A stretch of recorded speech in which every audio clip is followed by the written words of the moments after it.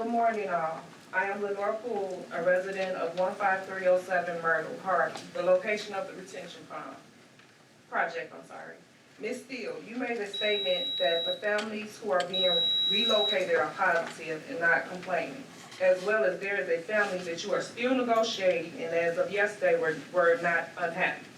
I am here informing everyone that works for MWRD and that are listening that we are the family that you speak of. And since day one, we have expressed our unhappiness about what is going on.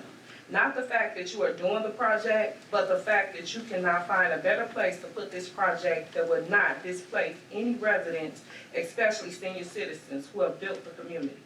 In the summer of 2023, my sister, daughter, and I came here and expressed our feelings of the project and how we were not happy.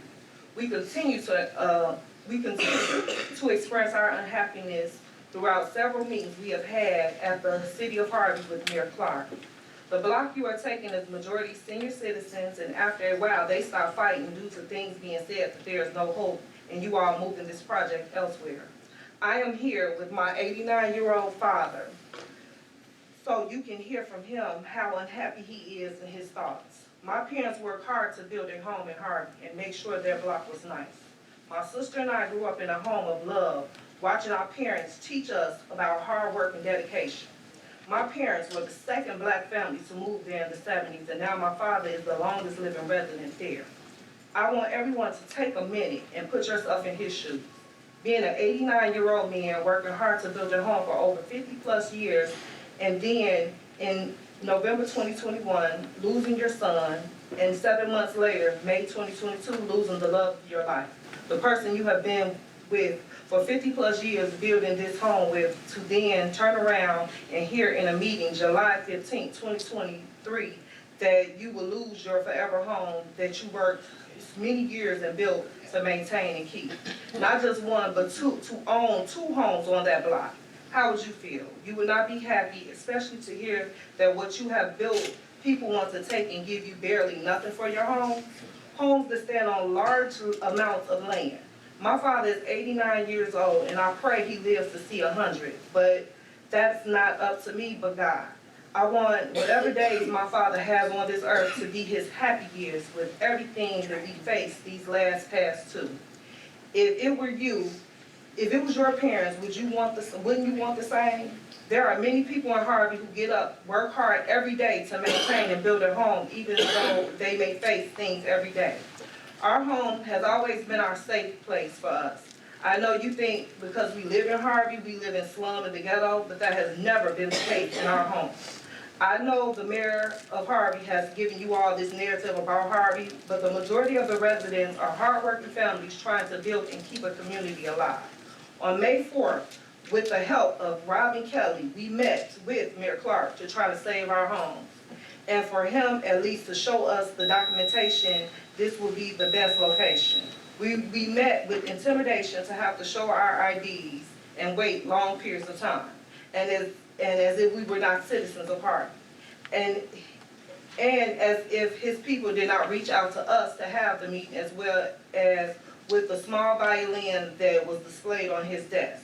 For those who do not know what that means, that is an expression that describes mockery of misfortune. He has never showed us sympathy or empathy of anything that we have been going through since we've been going through this.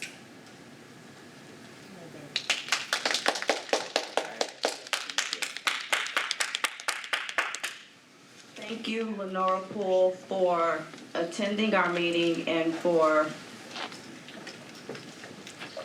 speaking about this subject. Leave.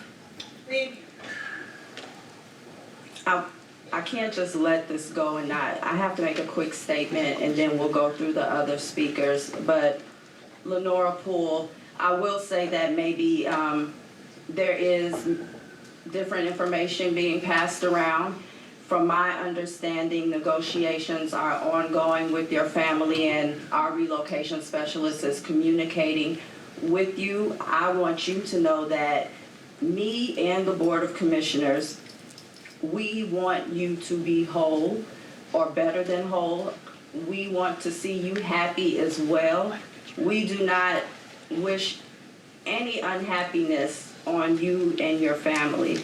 Also, you made a comment that seems like you might think we think less of the city of Harvey, and that is so far from the truth. You made a comment about the slums and the ghetto or something like that. We don't think less of Harvey. We want the best for Harvey. That is why when Harvey reached out to us about the stormwater management project, and we know you have flooding issues in the city, that is why we answered their call to help them with the stormwater management project and view the stormwater management project as a form of environmental justice, because citizens of Harvey deserve protection from flooding as well. So we do not think less of Harvey. We definitely want your family and all of the families in Harvey to be happy. And we can definitely communicate more about this after the meeting, definitely. And we'll be talking to the relocation specialist, which we have spoke to every week since we realized there were a group of people in Harvey that did not support the project. But from our understanding, the mayor of Harvey, your city council in Harvey, everyone asked for the project, they voted on the project, and they asked us to assist them with the stormwater management project. And this is just me laying out what happened. So we'll move on to the next speaker right now. Our next speaker is Joe Poole. Joe Poole, can you please step to the microphone? Clearly state your name and spell your name. State your affiliation. And you have 3 minutes to address the board, and we welcome you. My name is Joe Poole, P-O-O-L-E, Poole.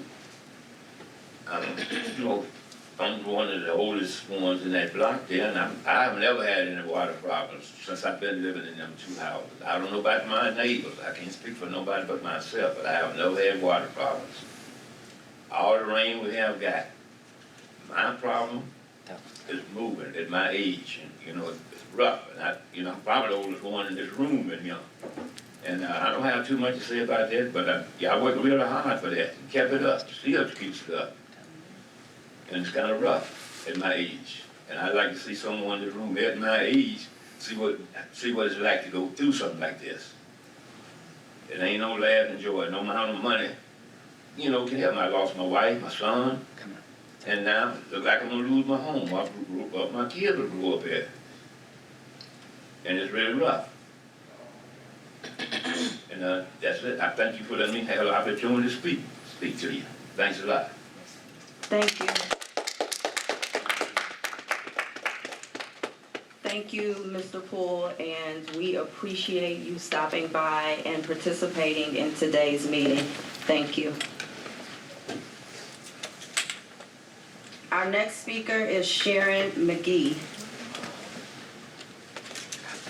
Sharon McGee, if you can please step to the microphone, clearly state your name and spell your name, state your affiliation, and you have 3 minutes to address the board. Welcome. Good morning, my name is Sharon McGee, Sharon. SHARONMCGEE. I am a long-term citizen of Harvey as well. My family purchased their home in 1965, seems like with Mr. Poole, so we've been there for 50-something odd years too. And the last time I was here, I did feel a little bit disregarded because you said that this project makes you happy and that you guys voted on it. I want to make it aware that a lot of this probably happened during COVID and Zoom meetings. Ms. Steele, we don't know what this building looks like or this project looks like. Nobody's released pictures. What does it look like? How can this project be the best for me if I don't even know what it looks like?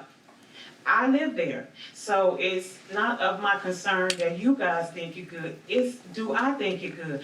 I don't think it's good for you to put a hole that close to our babies. It's babies that go to that school right there. And then what does it look, that's my greatest thing. What does it look like? You guys are just ramming and moving and forward. Last time I was here, you paid $147,000 for a house. It's not worth it. Do you know what that's gonna do? It's gonna raise my taxes up. My taxes went from $621 last year to $2,600 come August. That's what I have to pay out of pocket. My mortgage paid it. Now I have to pay it back. You guys got a raise. Everybody got a raise but me. This hole in the ground is not good for us, and we're gonna come and tell you time and time again until you listen to us. Everything, I don't get no info. I think my greatest concern is that anything I have to get, it has to be for you with Clark. There is getting no information on this. He hasn't had meetings with the surrounding public because I don't know about it. We don't know about it, and here you guys are overpaying for properties and blah, blah, blah. All this is gonna fall back on me because I live there right now. So I know for sure that when Fix KB comes back around and reassesses these taxes and stuff, it's gonna fall back on me again. What percent increase is it to go from $600 to $2,600 in 6 months? You wanna know why the sewage probably don't flow? There's a drain in the front of my house. I have lived there, owned it for 7 years, been in the family's farm. It's 2/3 filled. I have called that man 2 times to come and plunge the drain. He ain't even came to do that. But he coming to y'all telling that we need flood relief? No. Chris Clark just arrested a sitting older person the other day, and then had to transport her over to the next city because he don't even have a habitable jail over there. No. Y'all have to make it make sense to me. We are all adults. You guys are spending my money. This hole is not good. I'm gonna say it over and over again. I'm gonna come back in 2 weeks. I'm gonna tell you again, Miss Steele. Y'all gotta make it make sense to me. What 200 properties are y'all saving too? That's another thing that I want to know that I probably got for you. There's no releasing information. It's just FOIA and bureaucratic red tape, and nobody's helping. And we're saying no, and you guys just going. I'm not going to be steamrolled on this because I'm paying attention because my taxes went up by so much, so I'm paying attention now. I will not be steamrolled. We don't want that hole that close to that school. And I'll be back in 2 weeks to tell you the exact same thing, my love. Thank you, Sharon McGee, and we appreciate your participation as well.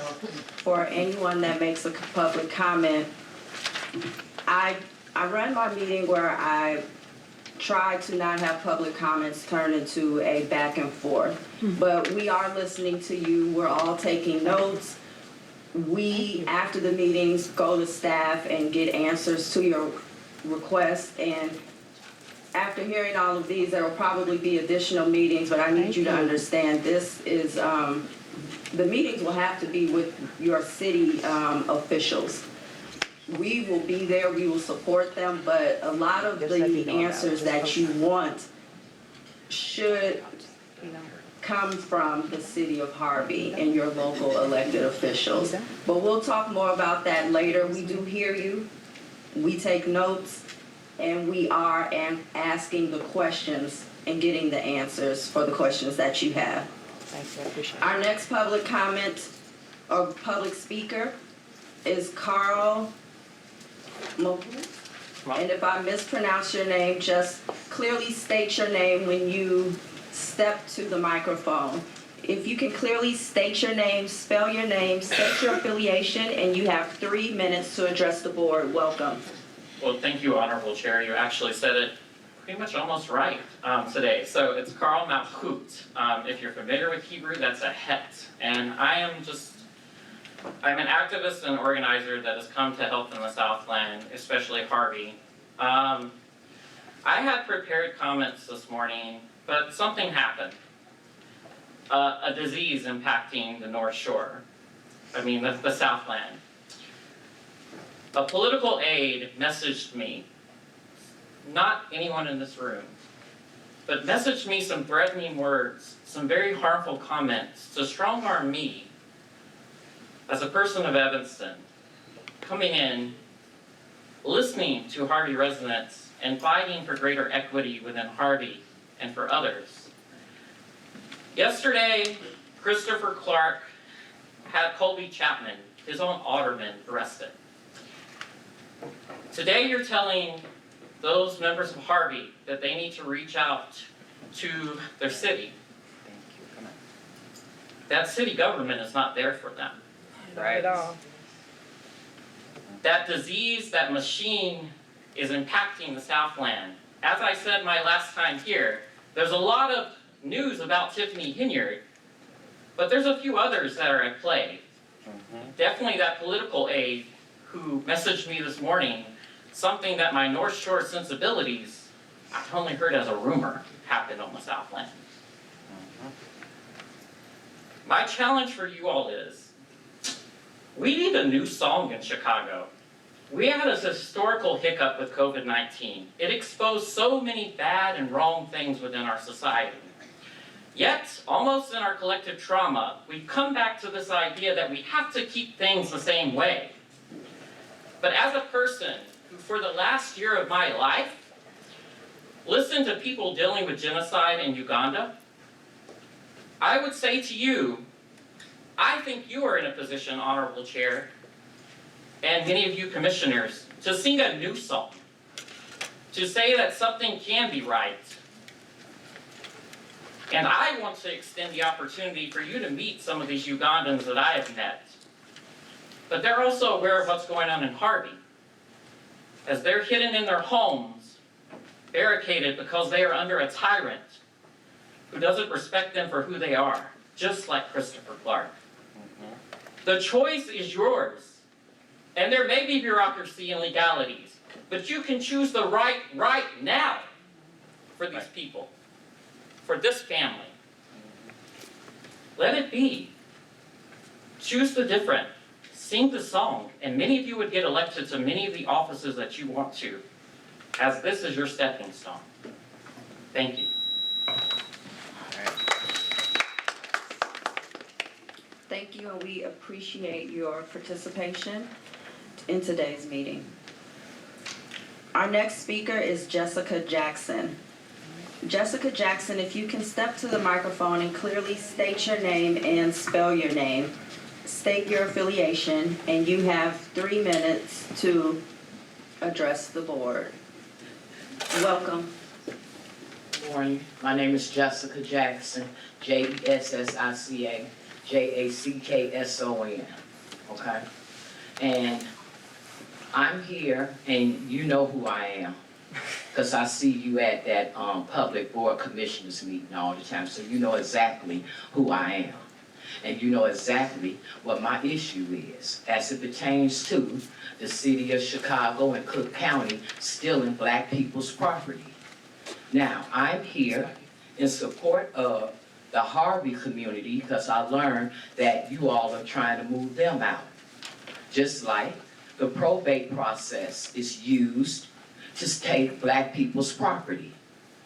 Now, I've come to City Hall over and over again, and I've come to the Cook County Commissioner meetings over and over again. I've come to PCB meetings where you're at over and over again. And no one seems to be able to deal with the fact that the probate process is stealing black people's property. Now, it's not an unknown, because everybody that you speak to about it, all organizations, all city officials, all Cook County officials, everybody's response is, yeah, I know, it's been going on for a long time. Yeah, you know how Cook County is. Yeah, you know how Chicago is. So it's not something that's unheard of. What it is a situation that Cook County doesn't want to do anything about. And the reason why they don't want to do anything about it is because, like in my situation, the judges are white, the public administrators are white, the hired state attorneys are white. So all your black officials like yourself, Tony Preckwinkle, Timothy Evans, Kwame Raoul, all of you all want to sit and allow this to happen to black people and have it, you all be the face of it, so it can take away the discrimination piece that we all know is the underlying issue as to why it is that Cook County and the city of Chicago are so comfortable with stealing black people's property. Now, my family's building has been in our family for 61 years. And when my mother died, she had a full-fledged will, no question there. Every dime was paid for. That building has been paid for since I was a teenager. She didn't owe anybody not one red cent. Not a credit card, not a medical bill, nothing to the state. No medical bills, no credit cards, no nothing. But Cook County, by way of a crooked hired state attorney, David Feldman, they just want the property. So for 8 years, I've been going through the probate process because public administration got their hooks in it and won't let it go. They got tenants squatting on me because they're trying to give me a financial hardship so that Cook County can take it through Ichi. Thank you. Okay, yeah, you're welcome, and I hope that you tell your people to tend to it because you know all about it, okay? Thank you. We appreciate your Yeah, I know. participation. Our next speaker is Zoe Lei. Zoe Lei, if you could please step to the microphone, clearly state your name and spell your name, state your affiliation, and you have 3 minutes to address the board. Welcome. Good morning, Commissioner Steele and the rest of the commissioners. Zoe, Z-O-E, last name is Lee, L-E-I-G-H. Came here last 2 weeks ago, Commissioner Steele, explaining to you that it is an overall housing crisis in Cook County, in the city of Chicago.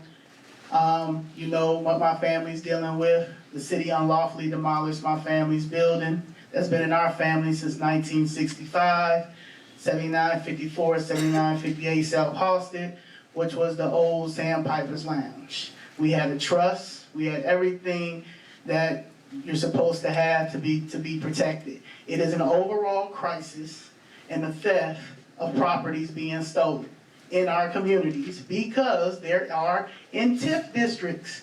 These are in blighted areas. Areas are predominantly in black communities. And so this is why our properties, paid off properties, are being taken. And they're being taken because there's so much money. And that's what realtors do. That's what these developers do. And that's what BlackRock is doing. Y'all are doing exactly what BlackRock is doing. Y'all are just doing it in small markets. That's the only reason. Y'all have Kwame Raoul's phone number in y'all phone. Text him, call him. You got 3 different people here. We don't know each other. You know how many other people it is? This is just 3. This is a problem. This is not a coincidence. This is a problem. This is a cycle that's been going on. It's been going on for a very long time. It just happens now that it's social media. I know how to use social media. Other people know how to use social media. My mother's 75 years old. Her eyes deteriorate. I have a godfather who's 80. We out here waiting for the federal judge to finally grant us our victory. And it's going to be kind of crazy because when it happens, it's going to be a floodgate. Because you know how many other people they have stolen from? I'm a fighter. And I'm not going to stop fighting. I'm not going to stop fighting for black people. I'm definitely not going to stop fighting for my seniors, especially when they can't use social media. So I believe in you, Commissioner Steele. I'll rock with you, Commissioner Steele. I have much respect for you, Commissioner Steele, and your husband. I want you to reach out to Kwame Raoul, the Attorney General, and Governor Pritzker, and have them sit down with us or look into this, because this is a problem. You're about to let an 89-year-old man be forced out, and you tell me that it's not eminent domain when it is? I know what eminent domain is. That's what I'm dealing with.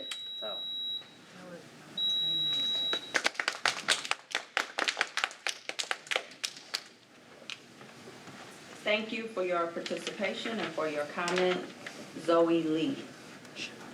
Our next speaker is Ryan Senwelski. Ryan Senwelski, if you can please step to the microphone, clearly state your name and spell your name, state your affiliation, and you have 3 minutes to address the board. Welcome. Good morning. My name is Ryan Senwelski. That's R-Y-A-N, S as in Sam, I-N as in Nancy, W-E-L-S-K-I. I'm a Harvey resident and with the Harvey Historical Society. I wanted to respond to some of the comments from the last MWRD meeting. We were told residents are happy and that we should speak with the mayor if we don't want the retention pond.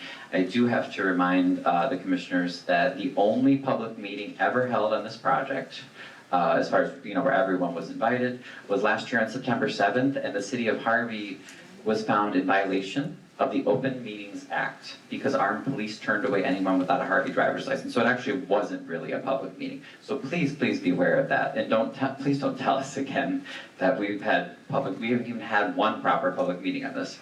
If you want to check out the video link on the Harvey Historical Society Facebook page, please do. You can see the meeting host appears inebriated. He laughs like he's hosting a game show. I kid you not. The mayor shouts over elderly complaining residents, and then he walks out in a huff while public commenters are still lined up to speak at the microphone because he doesn't want to listen to the public anymore. This is all on video. Please watch that. How is this sympathy for residents? How is this democracy? Elderly residents on Myrtle said they didn't want to fight the project any longer only because they're too concerned the stress will cause them to have a heart attack or stroke or even die. Eminent domain is not being used, we were told last time. But residents know if they don't sell that eminent domain is the axe hanging over their heads ready to fall. How is any of this happy? How about this? Instead of a $5 million grant to make a pond where 209 homes are maybe protected, let's do a $5 million grant for sewer backflow valves at about $4,000 each so that almost 1,250 homes have guaranteed protection from sewer backup. By the way, that's the real problem residents want solved from the MWRD. Doesn't that make more sense? Why will you not respond to these reasonable alternatives? Harvey requested help, we were told. That's true. The city of Harvey requested help for flooding in the area of 148th and Wood Street. This is completely and totally outside of the area this retention pond would benefit. So again, why does the MWRD keep pushing this pond on us? Federal officials are saying this is bad science. Residents and almost 1,300 petition signers are saying they're scared and angry and unhappy. And the whole world can see Mayor Clark doesn't listen to his residents. But you still keep pushing this pond. Why? Even FEMA, that we are actively in communication with, and they approved the money for this, says the federal funding is not approved, and you should not be doing any property acquisition at all yet. What is going on at the MWRD? Several of you are up for re-election in a few weeks. Are you trying to make people think this project is about kickbacks or contracts for your buddies? If that's your goal, then you're doing great. The alphabet guys, as you guys call them, are hot on the tail of Mayor Clark. And I highly recommend you don't get caught up in this horrible Central Park idea of his unless you want to endanger your future political career. Is this project and all the pain it's causing really worth it to you? If not, then I suggest you meet with us, make the time to meet with us after this meeting and change this project. Thank you.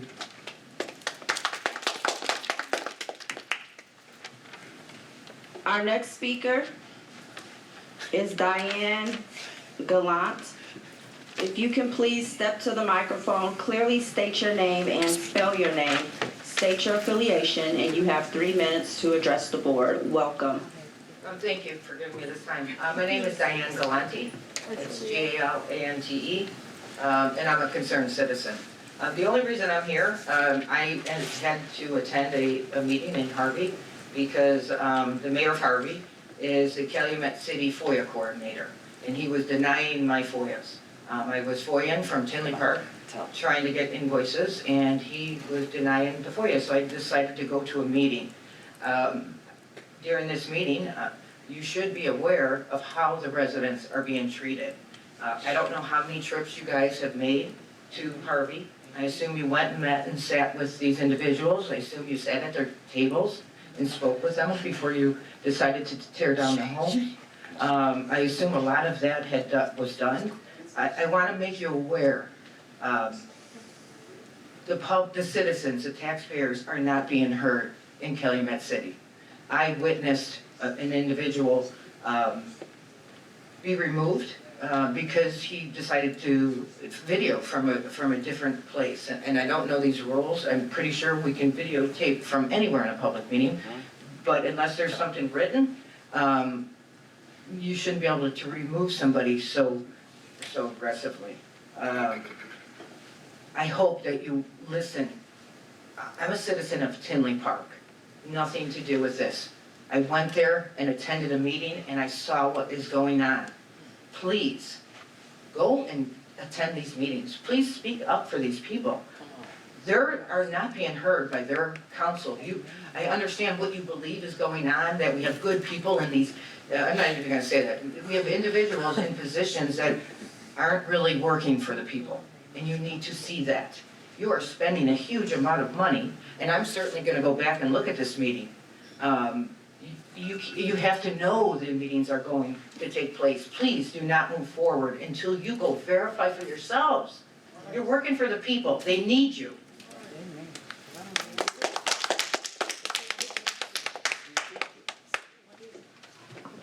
Thank you for your comment, and we appreciate you attending the meeting.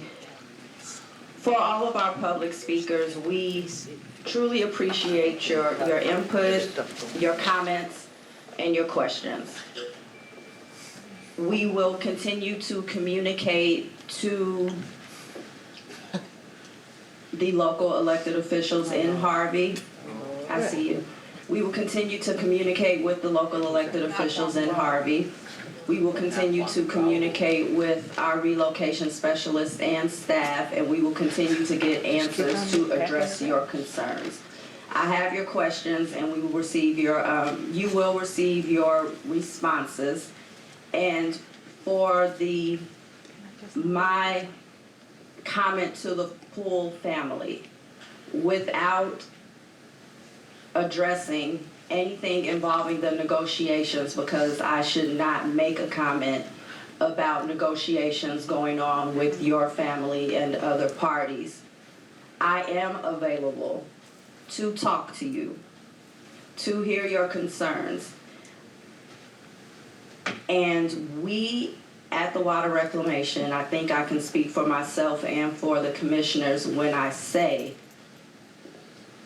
we got into this situation with the stormwater management project to assist a community that asked us for help.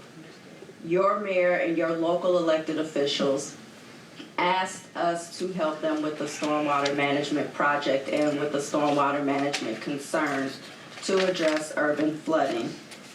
We also were fully aware that not just the mayor, but the local elected officials voted on the project and approved the project before we moved forward with giving them suggestions for the project.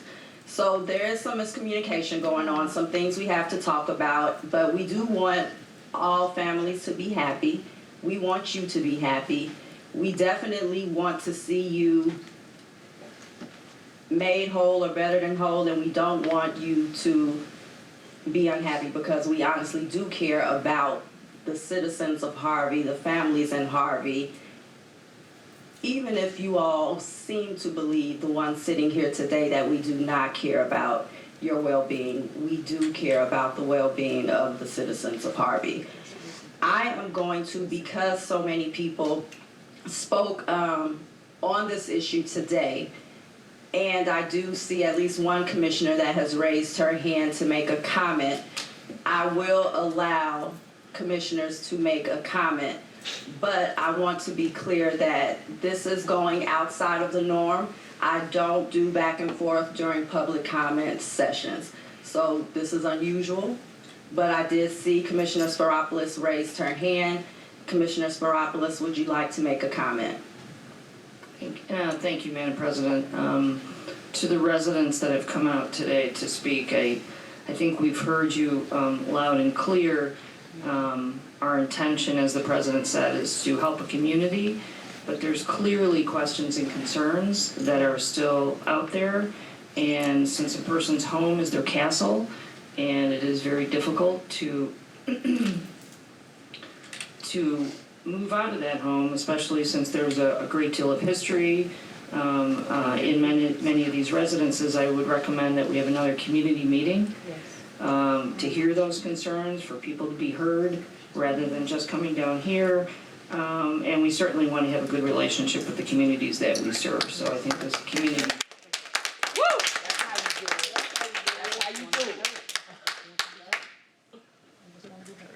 Thank you, Commissioner Staropoulos. Commissioner Brady Davis.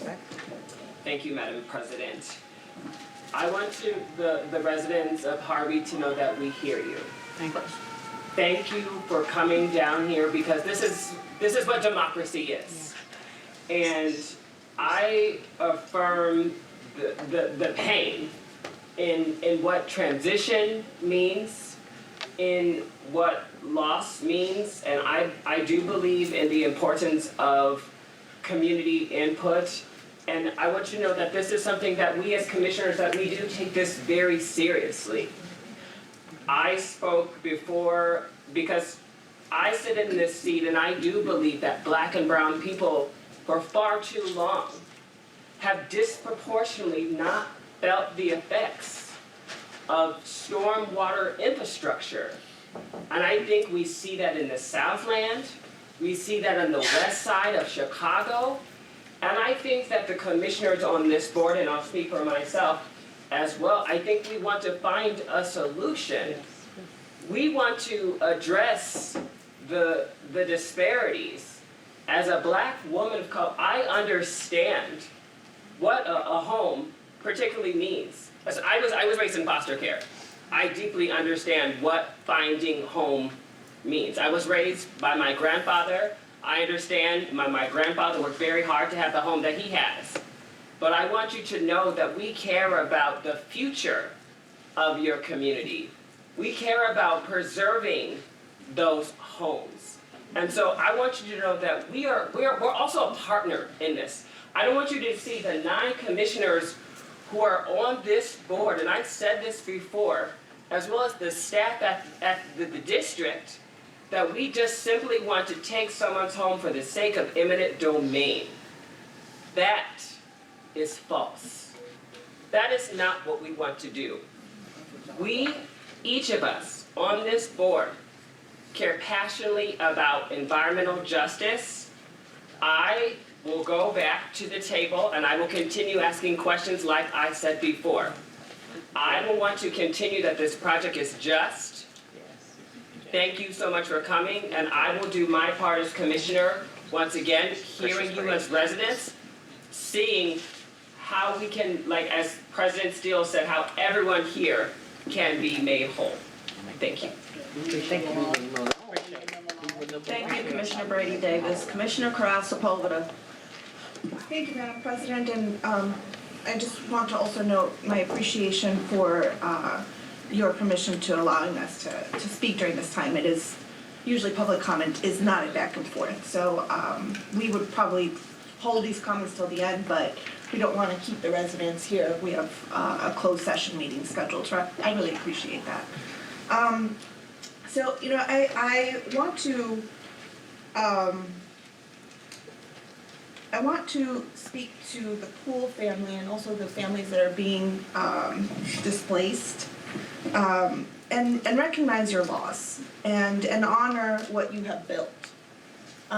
You have built not just a whole house and wealth. You know, this is how many of us build wealth. My family come from a family of immigrants from Mexico, and my family has been able to build their family wealth through real estate property. And so I want to recognize that and honor that there is loss in that. I want to recognize that you built a home, not just a house, and that you build memories with your families, and that you build memories with your community. And it is so evident to me how much you've done that, because aside from the people that have come today, a few others have come out continuously, several times, all the way downtown, and Harvey's not close. I want to recognize that a room full bigger than this came to the only public meeting that we were a part of. And I thank you for letting me know that it was an Open Meetings Act violation, because I do remember thinking it was really strange that IDs were being requested. That's not okay. I want to note that as a countywide government agency, we really rely on our partnerships with the local units of government. And that has its challenges. We rely on the local units of government to really be the first line of, one, communicating with their residents. And communicating with their residents what the needs are, and communicating with the residents on how the information is going to be distributed. And I think there might be some concerns as to how that happened. I want to recognize that. I'm not sure where the communication went wrong, but there seems to be some lack of communication based on, there's information that in the public meeting that I attended and several of the commissioners attended that was shared on, what the project would look like, what the project was going to do. What I took from that particular meeting was that the residents as a whole were very concerned for those that were being displaced. And that's something that I don't think any of us take lightly. It's very difficult to make decisions where people are going to be displaced. Do not think that for a minute, several of us, because I've had conversations on this issue with every single commissioner throughout the last year since you guys brought it to our attention. Every single commissioner, not a single person that sits on this aisle, and Madam President, I personally have had conversations with them repeatedly. And I know that our ears and our hearts are to trying to figure out what can be done. I cannot, in recognizing and honoring your loss, Mr. Poole, I cannot make a promise that there's something that we'll be able to do to make you whole in losing the space where you raised your children and build a life with your wife. Especially after losing both your son and your wife not too long ago. I have seen my mother, I have seen my grandmother mourn the loss of their children, mourn the loss of her husband, and I know how difficult it is. I haven't experienced it myself yet. And I can only imagine how difficult it must be to have something taken from you, a space taken from you, when you're still in mourning. I don't think I can promise that there's anything we can do to make you whole in that regard. And I'm sorry for that.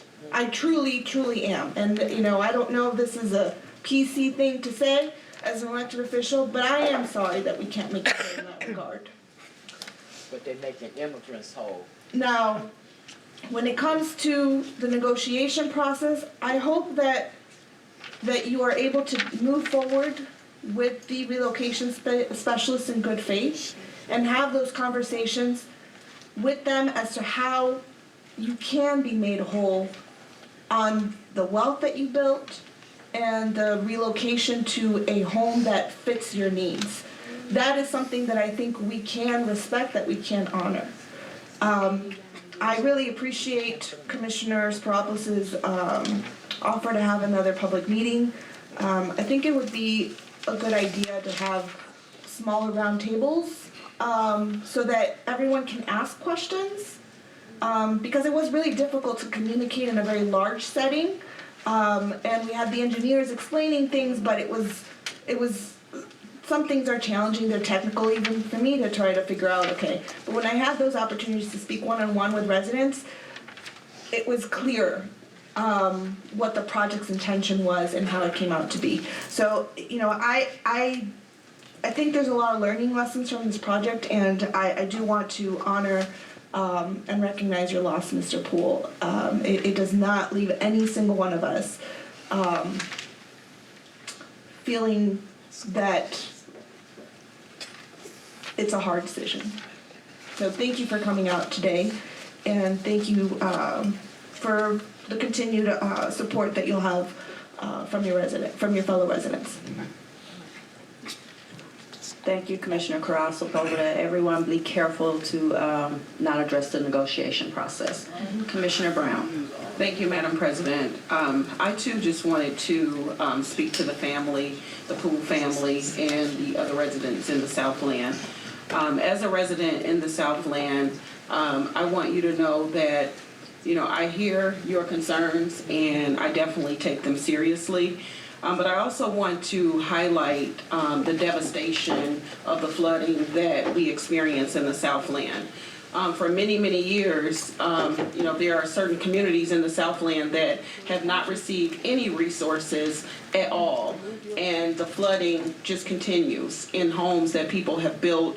They put their life savings in only to be devastated by flooding. So I just want to highlight that the members of this board, in partnering with the city of Harvey, it was an effort to change the narrative. It was an effort to address the flooding issues that we see in the Southland. So it was never the intention to take someone from their home. So I just want you all to know that it was done with good intentions to make a difference in the Southland. And that's one of the things that I've been very proud of with this board is the level of resources that we're now seeing in the Southland.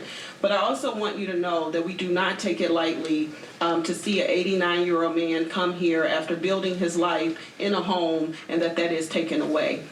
So I just want to second the comments by Commissioner Sparopoulos that I would also like to see not only just giving you lip service and saying that you're being heard, but also doing something about it so that we can ensure that your voices are actually being heard. So I second that, and I just didn't want to not speak up for the Southland. And it's where I come from, it's where I live. And I know the city very well, I know the leadership very well, and that's why I want to second the comments that I would like to the residents of Harvey to be heard.